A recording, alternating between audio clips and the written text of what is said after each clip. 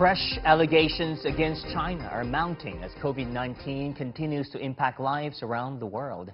U.S. politicians are ramping up attacks on China. Some are digging into the so-called Wuhan lab theory. Others are filing lawsuits asking China to compensate for America's damages. Politicians in other countries have also started questioning China's transparency over the outbreak. What's fueling the fury? What are the consequences if the China-U.S. relationship keeps unraveling? And why does it matter in the global fight against the virus? Welcome to The Point. Coming to you from Beijing, I'm Wang Guan, sitting in for Lyu Xiang. Today I'm joined from New Delhi via Skype by Swaran Singh, chairman of the Center of International Politics at the Jawaharlal Nehru University. In Beijing via phone by Lyu Xiang, research fellow from the Chinese Academy of Social Sciences, and also in Beijing by Einar Tangen, independent current affairs commentator. Swaran, in New Delhi, I want to go to you. As the situation worsens in the U.S., we've seen a disturbing uptick in anti-China rhetorics and attacks. For example, for so-called lying about the numbers, for covering up the origin, for hoarding personal protective gears, for misleading the WHO, the list goes on. For people who have been following the facts, I mean, these claims, or at least most of the claims look outlandish, but they are gaining traction in the U.S. and elsewhere. Why is that?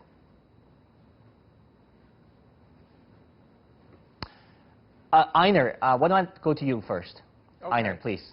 Well, I mean, it's gaining traction because in the U.S. in particular, you had this long-term, since Trump was running for election, he's said that China is the root of all evil. It's the reason that the most powerful, richest country in the world has been a continual victim because of trade imbalances and such, jobs being missed. Now China is responsible for the inaction of Donald Trump. It's really his only card at this point. He can't say that the Democrats were at fault. And remember, early on, that was the pitch, that this was a hyped-up virus that was aimed at taking him out politically. Now that the bodies have piled up, he needs somebody else to blame.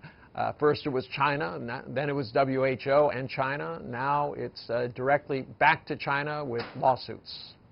Well, Einar, there seems to be a symbiotic relationship between Trump, the White House, and the right-wing media. Is there? Oh, absolutely. I mean, you can trace it. I mean, if you start looking, I mean, there was this study about hydroxychloroquine. You can't even pronounce that word. I can. Yeah. Anyways, so it's on one of his favorite shows on Fox. 2 hours later, and the person who's presenting this says that he's associated with a famous university, and that they had an iron-tight, peer-reviewed study that was 100% effective in this new malaria drug, would cure absolute everything. So there was no reason to worry. Now, Tucker Carlson, after Tucker Carlson had this interview, 2 hours later, Trump tweeted it, and then the next day, it was all about how this was a miracle cure. Now, interestingly enough, today, and I mean, well, not today, but yesterday, he was asked about this, and he's been asked about it for a couple of days, since studies have shown that this is actually a dangerous drug. It so far has, as far as I can see, has doubled the fatality rate of those who have been taking it. So now he doesn't want to talk about it.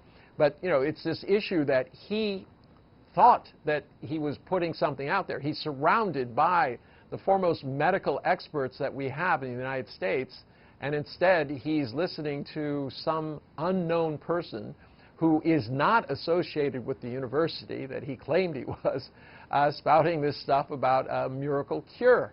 And you see this also with this kind of go back to work situation. Open up the states. He said the cure should not be worse than the disease. Now, this was literally said on Fox, and 2 hours later, once again, he was out there tweeting it, and then it has become a favorite refrain, and one that he uses in supporting all of these people who are protesting. That is really amazing. So, Mr. Lyu, in Beijing, I want to go to you. Yeah. But before I do, let's look at what the Chinese Foreign Ministry spokesperson had said recently. We urge these people to respect facts, science and international consensus. They need to realize that the enemy is not China, but the virus.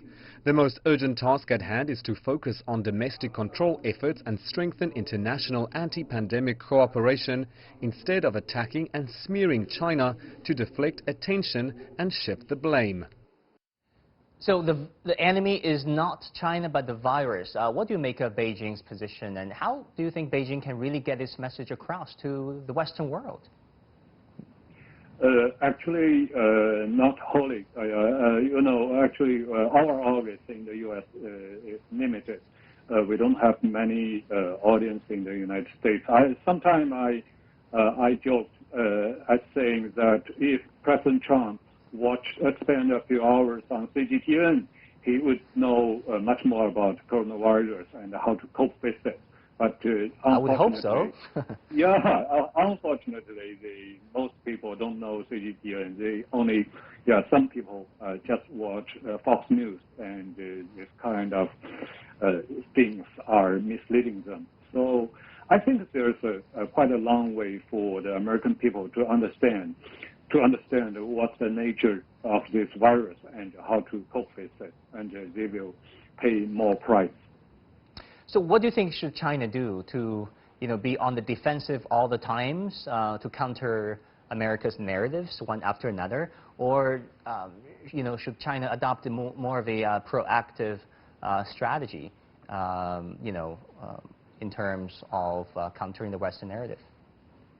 Actually, we can do very little for that because, American media are controlled just by a few corporations, and most people don't have access to Chinese media. And what we can do is try to do our best to cure the Chinese people who are infected by the virus. So I think eventually, the fact in China, what's happening here will let them learn how much we have done and how successful is China's effort to contain the virus. All right. Now, let's look at a few of some of the other attacks, not just verbal attacks, but attacks in terms of legal lawsuits. Last week, the 2 U.S. lawmakers introduced a bill that allowed U.S. governments at all levels to sue the Chinese government for the damages done by the coronavirus. Actually, the U.S. state of Missouri is going ahead with that and sued the Chinese government over the coronavirus. And the Chinese Foreign Ministry had this to say in response. Did anyone ask the U.S. to offer compensations for the 2009 H1N1 flu, which was first diagnosed before breaking out on a large scale in the U.S. and then spread to 214 countries and regions, killing nearly 200,000 people? AIDS was first reported in the U.S. in the 1980s and then swept across the world, causing untold suffering to countless victims. Did anyone come forward and ask the U.S. to be held accountable? In addition, Kishore Mahbubani, a professor at the National University of Singapore, said in an interview the other day that the financial turmoil in the U.S. triggered by the collapse of Lehman Brothers in 2008 turned into a global financial crisis. Did anyone ask the U.S. to take the consequences? Einar, how should we interpret the fact that the government of Missouri sued the Chinese government for coronavirus? You shouldn't put too much into it. This is political season in the United States. This is a surrogate for Trump. Remember, the Republicans are now in a difficult position. They realize they are on the wrong side of the coronavirus. They have no real ideas except to spend enormous amounts of money, about $1 trillion a month. So that's going to ruin their reputation for being fiscal conservatives. And they're now facing an election with an increasingly unpopular president. So their only way out is to somehow find a scapegoat. And, this is all part of that. But I would like to add something to my colleagues' things. I think there are 3 things that China can do, and I agree with them. The first one is lead by example. China can show the world that it has a competent government that's able to deal with these situations.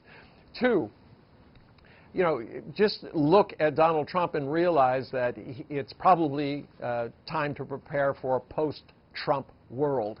And that means recalibrating, looking for opportunities to bring people together again, especially assuming he is gone. And the third one is, if you cannot take the bully on directly, do it indirectly. Use humor. I don't think the Chinese have a great sense of humor, but you know, if you look at the most scathing pieces that are done in the United States against Donald Trump, they're done on Saturday Night Live. They're done by Trevor Noah. They're done by the comedians. They just lampoon him on a constant basis, and it gets across to people. So rather than fighting them, you know, directly, CGTN is one network facing, you know, a veritable array of foreign networks. It's very hard to get time and space and attention. But I think through humor, it would be very easy to show. But exactly I would argue that, ridiculous. Einar, you know, humor, there's such a thing as, you know, a difference between Western humor and Chinese humor, and sometimes it is lost in translation. Not everyone is bilingual or bicultural. Well, hold on over there, Einar, if you don't mind. I want to go to our friend from New Delhi, Professor Singh. Professor Singh, what do you make of the recent China bashing launched by President Trump and the White House over the coronavirus outbreak? I think I first of all agree with my friend Einar Tangen. In difficult times, humor is very useful, and we are seeing that all over in American media. But let me seriously answer this, and I think to me, this whole noise seems to be kind of simply an attempt to look at punchlines in the election year. And this is completely political motive which is making some of the leaders, especially Republicans in the United States, make such China bashing as their favorite game of the day. It's very difficult to operationalize it, even if I was to be devil's advocate and okay, accept it. First point, where in history you begin this attempt to ask a country to compensate? Should we go back to 1997 East Asian financial crisis? Should we go back to 2003 for, you know, or earlier for AIDS? Should we go to the Lehman Brothers falling and creating a global slowdown? Where do we begin in history in fixing blame on countries? Second, if we really wish to still want to fix a blame, how do we do it? Who will do it? Is it some kind of United Nations? The only agency we have which can make a certain authoritative comment is World Health Organization, and officials of World Health Organization have said it more than once. And also, not many scientists are saying that you know, China cannot be blamed in this case, other than simply creating a rhetoric. So I think it can't be operationalized also, even if we wish to do that. So to me, it's nothing more than punchlines and sort of also an attempt at deviating attention from their domestic failures. And that is how some of the Western countries are doing it. And I think on the other hand, a very large number of nations are today, including India, receiving Chinese health materials. And I think that is a positive side of how to address the pandemic, which is today killing millions of people or killing hundreds of people around the world. And I think that is a positive approach. Blame fixing is A, not possible, B, politically motivated, and C, this is not the time. So I think this is completely electioneering for domestic politics by Republican leaders. Even the Democrats have a very different take on this whole issue.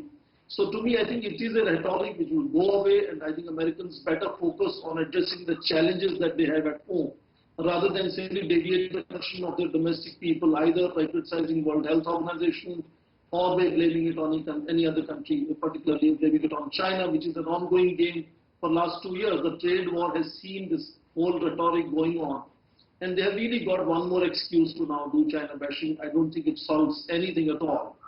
And therefore, if they need to address the challenges, they have to look at seriously how to solve it on the ground. And if any country wants today to solve and address this crisis, they will work with China. Because China's factories but it's not just China, Professor Singh, right? Trump also blamed the WHO, the Democrats, the media, and now it seems the immigrants. His latest executive order will ban new immigration to the U.S. For at least 60 days. The details are still unclear other than that, but he tweeted later on Monday that in light of the attack from the invisible enemy, as well as the need to protect the jobs of our great American citizens, I will be signing an executive order to temporarily suspend immigration into the United States. Einar, I want to go to you. Some analysts are saying that Trump is just using the virus to push his far-right agenda, and that he's peddling xenophobia in the middle of a pandemic, pushing his immigration policies. What is the connection between immigration and the U.S. fight against the coronavirus? Oh, there's no connection whatsoever. You can have a lockdown of the country without doing this. This is what we call a dog whistle. It's to his far right base. It's the same people that he's supporting when he says free Michigan, this type of thing.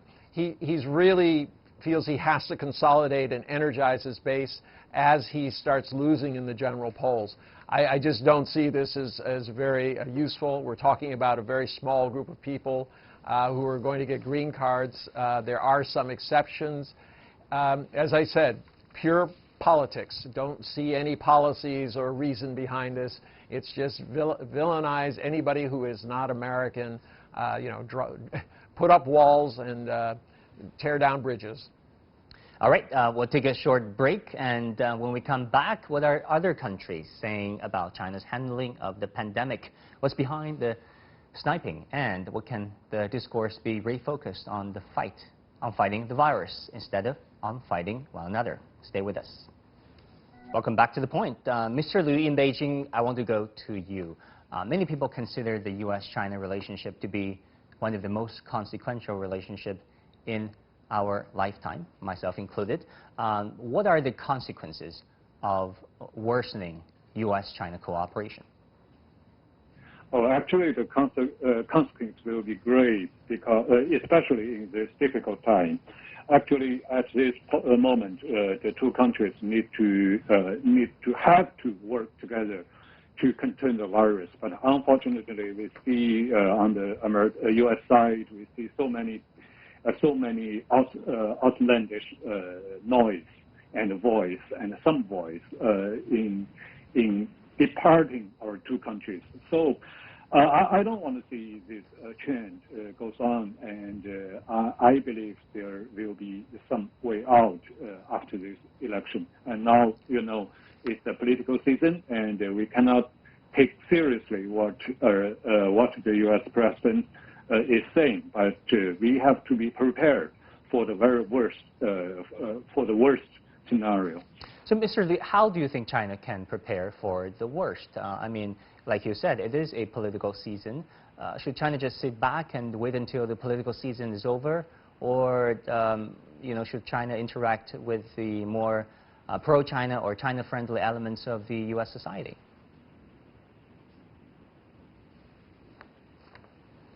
Mr. Liu? Oh, yes. Actually, no. What Donald Trump is doing is to mobilize his die-hard supporters, especially in the swing states like Michigan, Wisconsin, and Pennsylvania.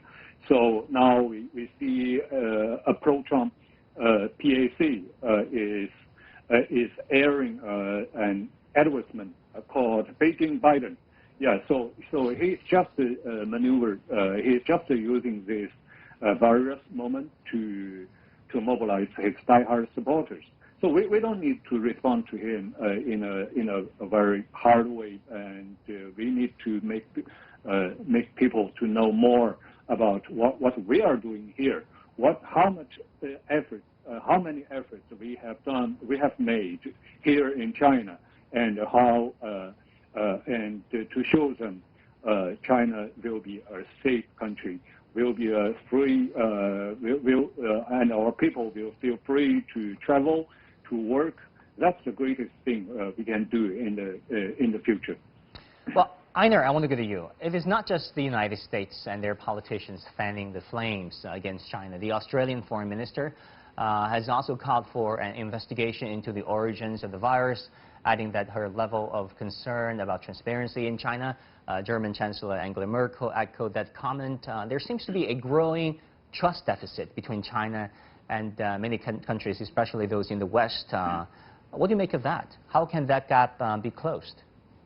Well, unfortunately, this has to do with their own unpreparedness for the issues that they've had. Actually, Australia, so far, it's been a boon to the current Prime Minister in terms of his handling. But the fact is they were not prepared the way they should be. I think Germany has some issues. This is a populist issue right now. No one wants to admit that they didn't understand the severity of what was going on. I mean, personally, I see it as somewhat racist, this idea that, oh, well, if China had, 3,000 deaths, we'll probably only have 10 because we're more advanced medically, et cetera, and we're more organized, and we have a free, open internet system. I don't know what this has to do with anything, but there's this assumption that the West could deal with this, and they haven't. But what's missing here is that, everyone's saying who's to blame here. And the fact is, what's going to happen in places like India, Indonesia, Brazil, other populous countries where they don't have this medical infrastructure and where there is a need for global action. I think a lot of these leaders are they're frustrated. They can't call for a global action without the U.S. Being part of it. And they're stuck in a situation, well, what do they do? So it's easier to blame than it is to solve. I mean, when China sent masks to Brazil, to Africa, to affected countries in Europe, it's called influence peddling. But when America did the same things in the past, it's called international aid and international development. So there was a double standard there, right? Of course it's a double standard. When China was doing these lockdowns, which has been the key of its success, all right, the Western press was full of human rights violations, totalitarian state, people, being rounded up. This is horrible. How can this happen?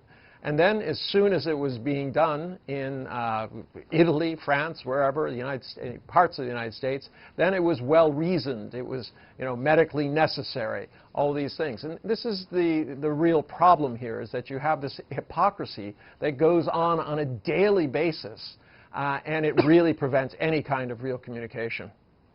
All right. Mr. Liu, China's ambassador to the United States, Cui Tiankai, said on Tuesday that he was very worried about the ABC mindset. That is a word he coined.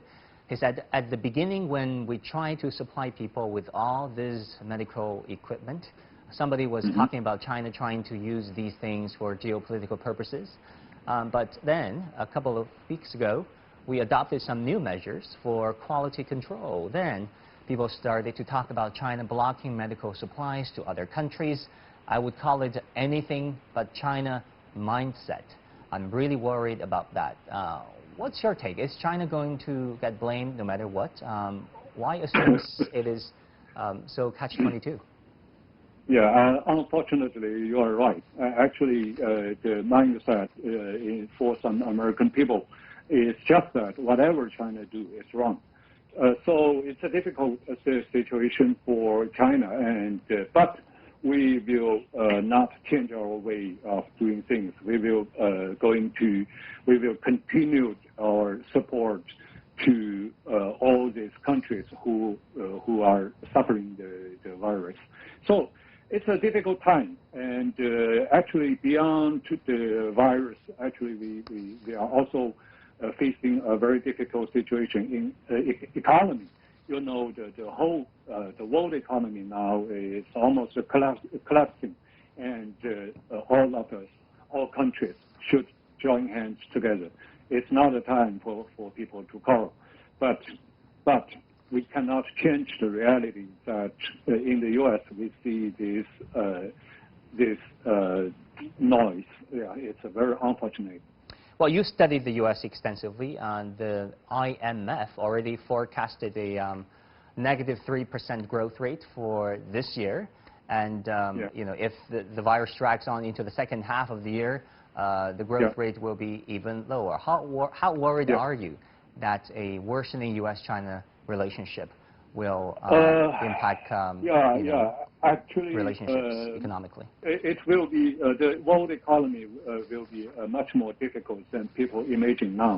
Actually, just 2 months ago, IMF has a less pessimistic view on the world economy, but now they are very, very pessimistic. And for the U.S., in the United States, I think we would see an unemployment rate of about 20%.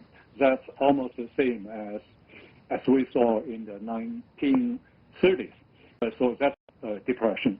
So it's a horrible situation. Actually, it's a horrible situation. And you see in China, we see a very bad first quarter, and the second quarter will be a little bit better, but still difficult.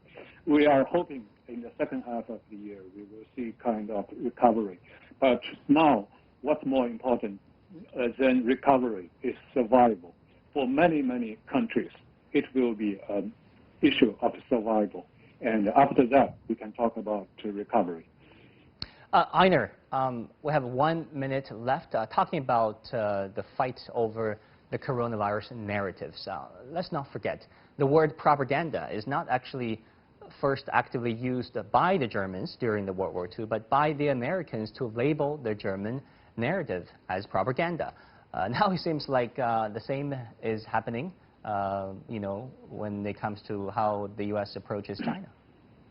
Well, you said it earlier. Right now, China can be anything but right.